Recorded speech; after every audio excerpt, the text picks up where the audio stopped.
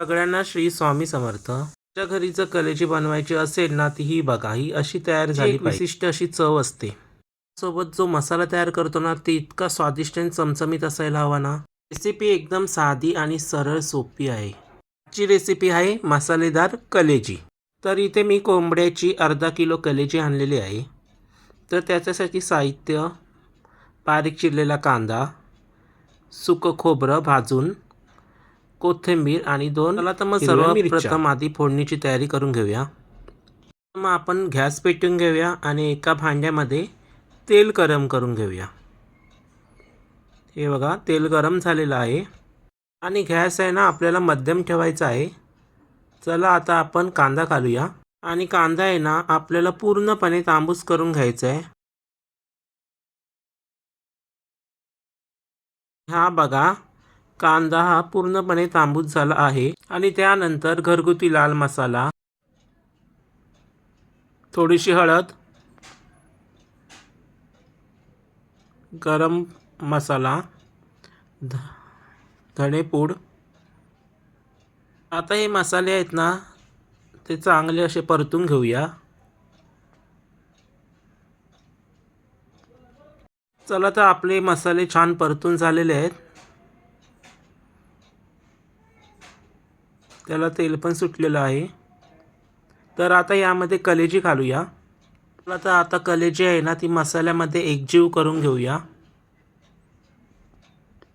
कलेजी मसाल्यामध्ये एकजीव झाल्याच्या नंतर 2 मिनिटाची वाफ काढून घेऊया आणि त्या ताटात थोडंसं पाणी ओतूया, म्हणजे कलेजी खाली जळणार नाही. एक साईडला पाणी ठेवूया गरम करत आणि ह्यामध्ये ना थंड पाण्याचा जराही वापर नाही करायचा. चला तर आपलं पाणी गरम झालेलं आहे. त्या कलेजीमध्ये ना गरम केलेलं पाणी घालूया, मिक्स करून घेऊया, 2 मिनिटाची वाफ काढून घेऊया.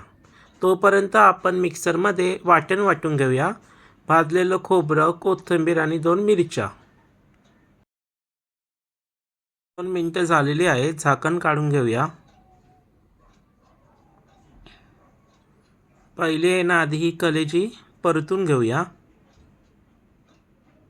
ह्याचा मसालाच बघा किती छान दिसतोय. परतून झाल्याच्या नंतर हे तयार केलेलं वाटण आहे ना, ते घालूया. मिक्सरच्या भांड्यामध्ये जे वाटण उरलेले आहे ना, ते पण पाण्याने काढून घेऊया.